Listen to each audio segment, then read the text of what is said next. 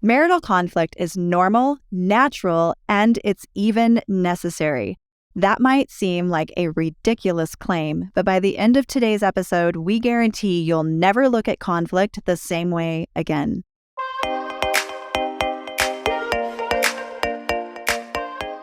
Welcome to the episode. First, let's talk about our giveaway. I wanted to talk about your sexy radio voice.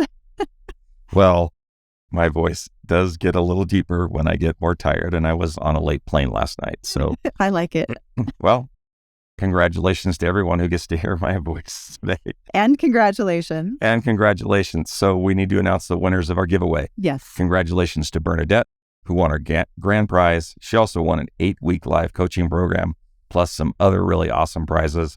And also a big congratulations for 7 runners-up. Additionally, enrollment is also now open for our Master Your Marriage live online couples coaching program. This is a perfect fit for busy parents, busy couples who just can't seem to find the time to get away for one of our retreats, but are still looking for ways to strengthen their relationship. Yeah, so let me tell you about it. Couples in this program are going to receive a personalized assessment of their relationship. And then we're going to work on strengthening each of the 8 pillars, including things like managing conflict, aligning values, strengthening friendship and intimacy. You'll get direct access to ask us any questions, and you'll get discounts on any private coaching that you might want to do. And also, for the first 10 couples who enroll, we're offering a 50% off discount on the cost of the enrollment with the discount code podcast. And we already have a couple of enrollments, so you're going to want to grab that discount soon by visiting our website at masteryourmarriagepodcast.com/MYM423, or just visit the show notes for direct links. It's going to be amazing. Okay, so today we're going to talk about conflict. Why do we have it? What is its purpose? Is it normal? Is it functional? Is it dysfunctional? What is dysfunctional when it comes to conflict? And you probably think that Sharla and I never have conflict. Do we even disagree on things? Yes, we definitely still have disagreements. Imagine that. So while I wouldn't say that we argue, and we have done that in the past, but more it seems like we disagree on some things. However, we do have one disagreement that seems like just never really goes away. Yeah, no, just keep circling around. It's always the same version of how strict or how we should raise our son, who is the last of our 4 kids. Right. So who, by the way, is an amazing kid. He's a great kid. He's a great kid. And I told him we're going to be talking about him. We got permission. But he did say he wanted us to make sure we bragged on him a little bit. So I do have to say he's one of the most kind-hearted, grateful kids that you'll ever meet. I always get phone calls from parents when he visits his friend's house that always call me to tell me how thoughtful he is and how grateful and gracious he is when he's there. And yet he is still a 14-year-old boy, which means there's times when he can be a little lazy, where Robert expects him to just go shovel the snow off of the front walkway without being asked. Well, I mean, it's there. And I'm a little bit more of a realist. Like, what 14-year-old is actually going to notice that and go just do it without being asked? He also loves to procrastinate his schoolwork until the last day of the semester. Last second of the semester. Absolutely. And I think I was exactly the same way. I was the same way. It's fine. I'm sure you were. Yeah. And of course, he spends too much time on video games and that kind of thing. Normal 14-year-old boy stuff. And for me, as the parent role, I kind of get a little bit laid back about some things. I tend to let him make choices and let him make mistakes so that he can experience those consequences and learn from them. Because I've kind of come to the conclusion that kids learn when they decide to learn, not when I decide they need to learn. So I do let a lot of things just go. Whereas Robert can be a little bit more, what's the word? Responsible. Responsible? I was thinking maybe like intense. I was thinking responsible. Okay, I'll go along with that. So we frequently disagree on how to parent him in certain situations, but if we're to look at it from an overarching 30,000-foot view, we both actually want the same things. We obviously want to prepare him for adulthood. We want him to be a kind, good human who cares about people, someone who has compassion for others, acts and responds with love. It's just we have different viewpoints on how to do that. Yeah. And guess what? What? That's probably never going to change. We're probably never going to actually see eye to eye when it comes to all aspects of parenting. And guess what? Here's the magic words. We actually don't need to. We don't need to. We don't? No. Huh.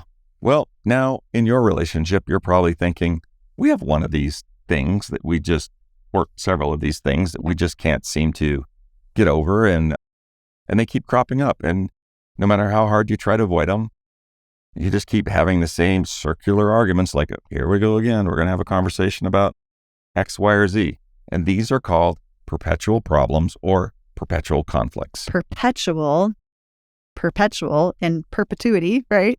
And so we're going to tell you probably the most comforting words that anyone can say. You ready? You are normal. Because everybody has them. Yeah, everybody has them. When Dr. John Gottman was studying couples, he brought them into his love lab, which was sort of like a 24-hour Airbnb, hooked them up to heart rate monitors, and he recorded their interactions, watched them have disagreements, and then he brought those same couples back year after year after year, because this was a longitudinal study, and he started to notice a pattern. He started to notice that the same couples were disagreeing or having a conflict discussion about exactly the same things year after year after year. And their hair and their clothes might change and they might get a little bit older, but you know what didn't change? Maybe the problems that they talked about. The problems they talked about didn't change. Yeah. And so that's how they discovered that 69%, that's a big number, 69% of conflicts in a relationship are perpetual. That's almost 7 out of 10 disagreements. So these are problems that don't really get fully solved. Maybe you compromise a little bit, but they don't really get fully solved because they aren't solvable, which means that only about 31% of marital conflicts are actually solvable. That's a crappy number. You think we'd solve problems better than that? 31%? Well, we're going to talk about why. We can only solve 31% of the problems? We'll explain why in a second. All right. So there's an old belief in therapy that problems needed to be solved. See, I still was thinking that, right? But it's not true. And instead, we learn to manage our problems. We learn to dialogue about our problems, not solve them 69% of times. Right. And when we explain this to couples, they're just sort of like minds blown. There's an immense sense of relief. They're like, you mean we don't have to keep fighting over these problems? We don't have to solve them? They thought there was something wrong with them because they're just bringing up the same problems over and over again. Or one of them's being too hard-headed and one of them's not willing to compromise. Yeah. Nope, you're normal. Yep, you are normal. So the successful couples in this study, the masters, they had perpetual problems 69% of the time. And guess what? The unsuccessful couples, the disasters, they had perpetual problems 69% of the time. So you see, regardless of which category you fit into, about 7 out of 10 of your conflicts aren't going to be totally solvable. So what then is the difference between the masters and the disasters? The difference is how they do their conflicts. Exactly. Do they disagree in a way that is positive and functional, or do they disagree in a way that's toxic and dysfunctional? Yeah. How they disagree is what can make or break their marriage or relationship. Ooh, say that again. How you disagree is what can make or break your marriage or relationship. Absolutely. Let's look at why we disagree, because I think it's important and it helps us find compromise and develop empathy. That's right. So first we have to recognize that no two people are going to see or interpret the world exactly the same way. So in his book called Flow, Mihai Csikszentmihalyi, yes, I just nailed that name. Just nailed it. I did. He says that we receive about 2 million bits of information from our environment every second, and that information comes through each of our 5 senses.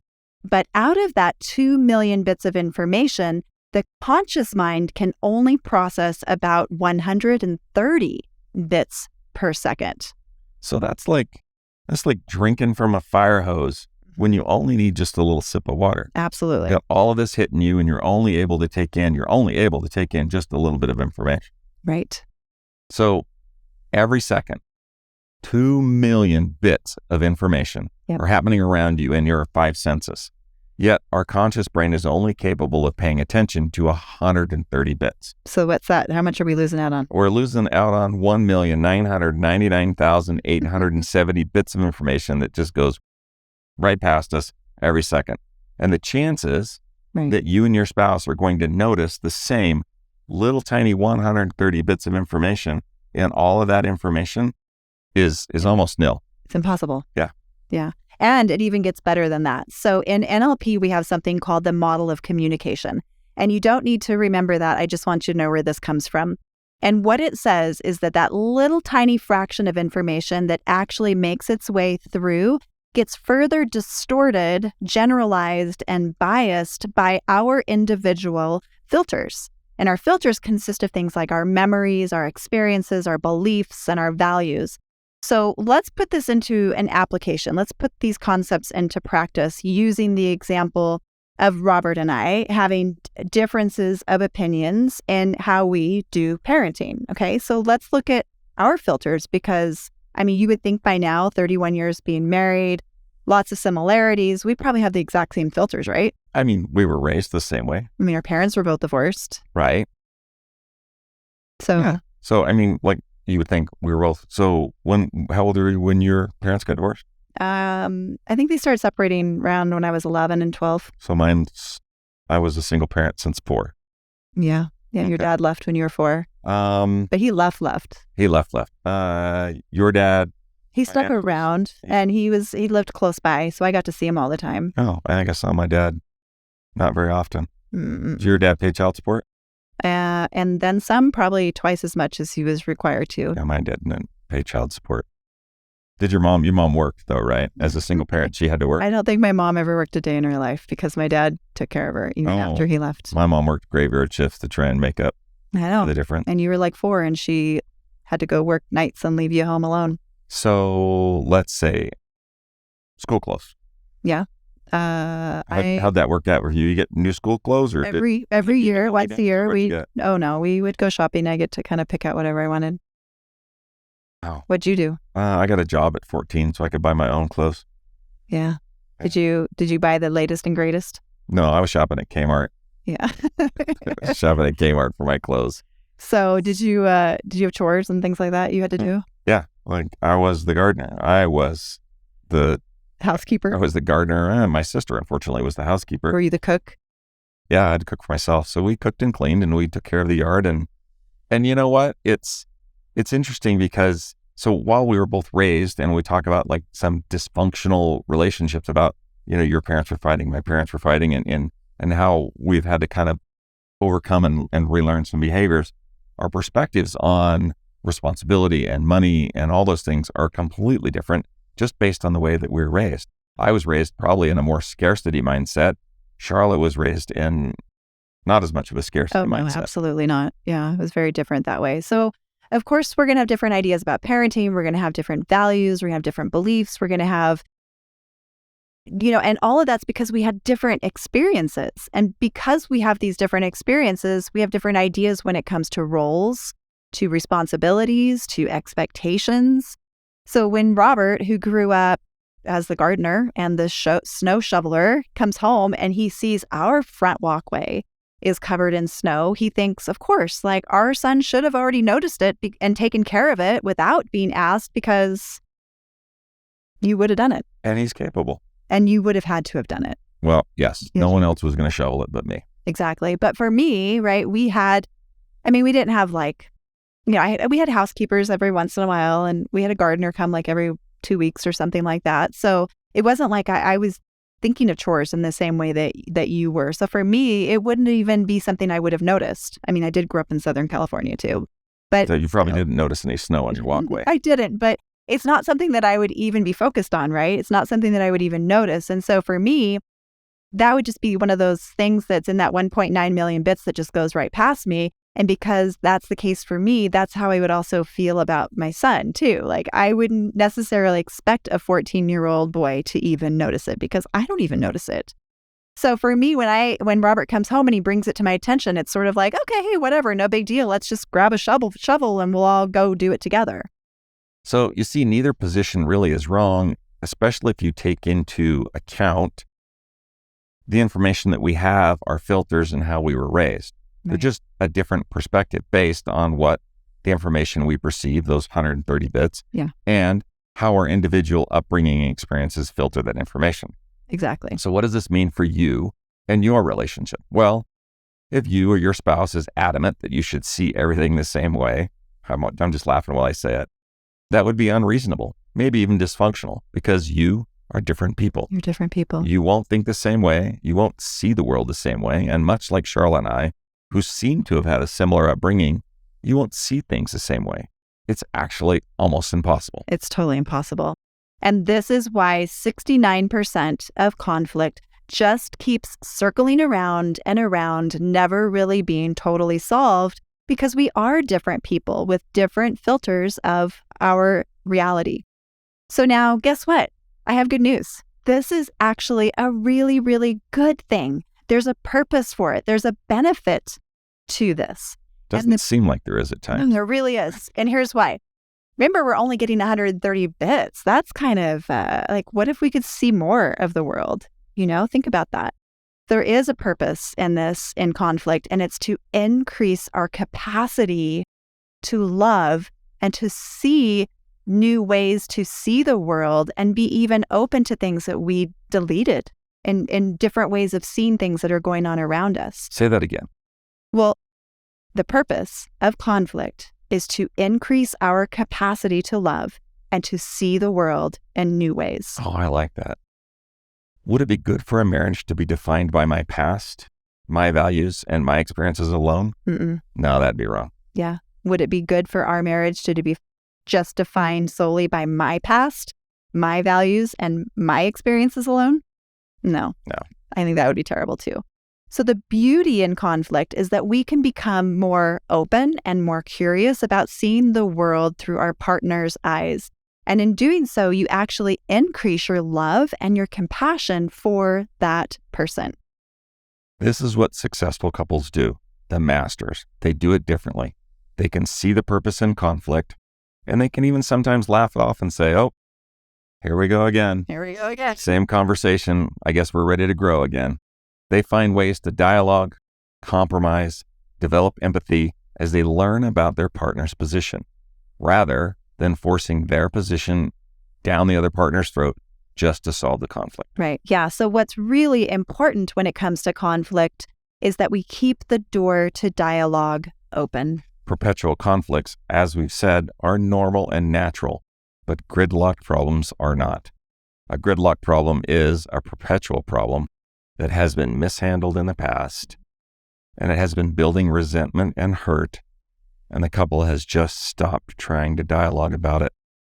Perpetual problems often become gridlocked because someone's dreams or their values are being disregarded, and one person is prevailing while the other one is losing. Right. So see, in every position, there is a deeply held ideal or core value. So think of it this way. Here's two people that are fighting, right? And so kind of imagine they've got their fists up. But inside each of their fists is an idea or a value that's so important to them that it goes to the core of their identity. Unconsciously, they believe that if they give in, they're going to give up part of themselves. But if you open up and you look what's inside the fist and what's driving them, you're going to find that it's a very important issue for them. And by discovering what that is, it will help to lead you toward compromise. So going back to our shoveling the sidewalk example, it's important to me that our son learn responsibility, perseverance, and the value of hard work. Is that what's in your fist? That's what's important here. Right. So you know what's in mine? Tell me. Well, to me, it's important that he also have a childhood that's full of joy and fun and peace and playfulness, and that he feel appreciated and that he feel loved. And your things are really good. There's nothing wrong with your things. They're important. And you know what? My things are good too. The values that are inside my fist, they're important too. So what if we could find a solution that blends all of those dreams and values into one solution? So I wanted to just, when you said that, I started thinking about it. I don't think my childhood was full of fun and playfulness. Right.